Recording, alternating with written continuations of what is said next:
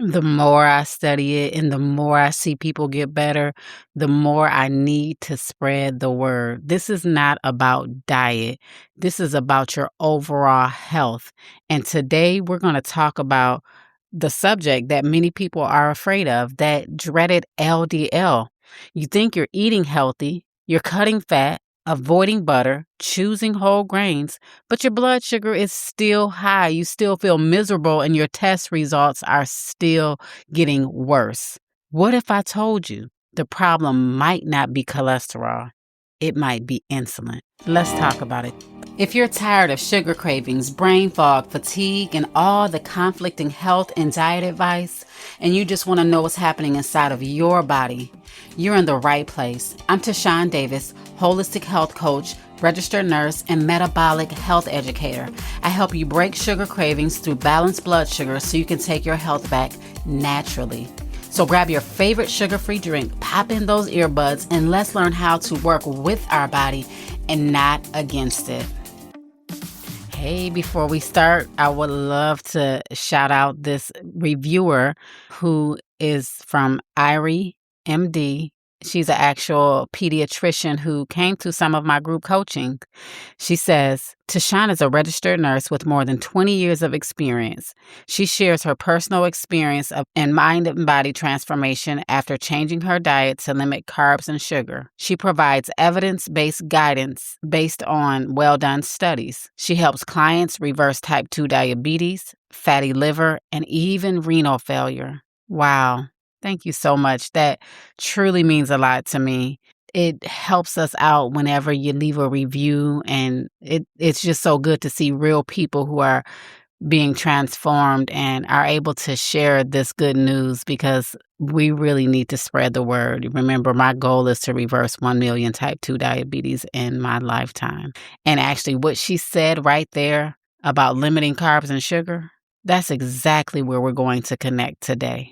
If we're going to talk about heart disease, we have to talk about insulin, as heart disease is the number one killer of a diabetic. Why is it so prevalent in a diabetic? So let's get to the heart of the matter. As a nurse, I was noticing a pattern. I had a patient, a man of Indian descent. He had just gone through a triple bypass surgery. And when I looked at his diet, he was a vegetarian. He ate no meat, no butter, lots of lentils, vegetables, and fruit. He had rice with every meal. He was doing everything he was told to do for heart health. And yet, he still ended up with open heart surgery. You know, that's when something clicked for me, because we've been focusing on the wrong thing. For decades, we've been told to cut the red meat, avoid the butter, eat more grains, choose heart-healthy oils, quote unquote, meaning vegetable oil, soy oil, peanut oil, all of these that are supposed to be better for us, yet they're factory made and they're actually frankenfood. They're not real food, and our body doesn't even know what to do with these quote unquote heart-healthy oils. And heart disease continues to be the number one cause of death. So what have we been missing? Insulin, y'all.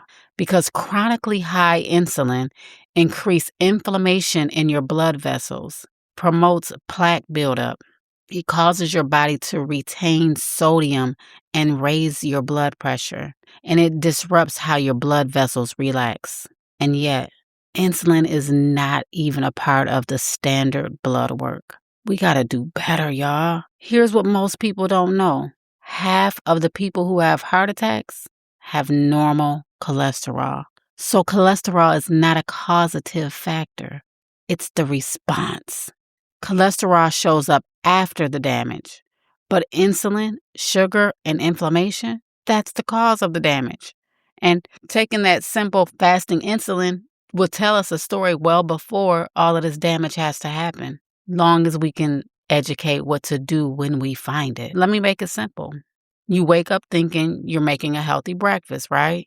You choose oatmeal, banana, honey, orange juice, but you don't realize you just flooded your body with a ton of sugar, and you spiked your insulin and your blood sugar. So instead of focusing on cholesterol, Here's what you should be asking your doctor for. These are some labs that can tell a greater picture and a greater story if you're concerned about your heart. You should ask for a fasting insulin, a triglyceride ratio, an LDL ratio, because triglycerides, they are a direct relation to the carbohydrates and sugar, and your HDL needs to be high enough to produce the cholesterol to help repair the damage. We need an inflammation marker, which is a HSCRP. And if you really want to look inside of your heart to see what's going on, get a CAC. Most places do not offer CACs or take insurance, so you may have to get one on your own. Just Google CAC. It's a coronary artery calcium score, and you should be able to Google one nearby at one of the imaging centers, because we can't fix what we're not measuring. So the 4 are fasting insulin, triglyceride to HDL ratio, an HSCRP, and a CAC score.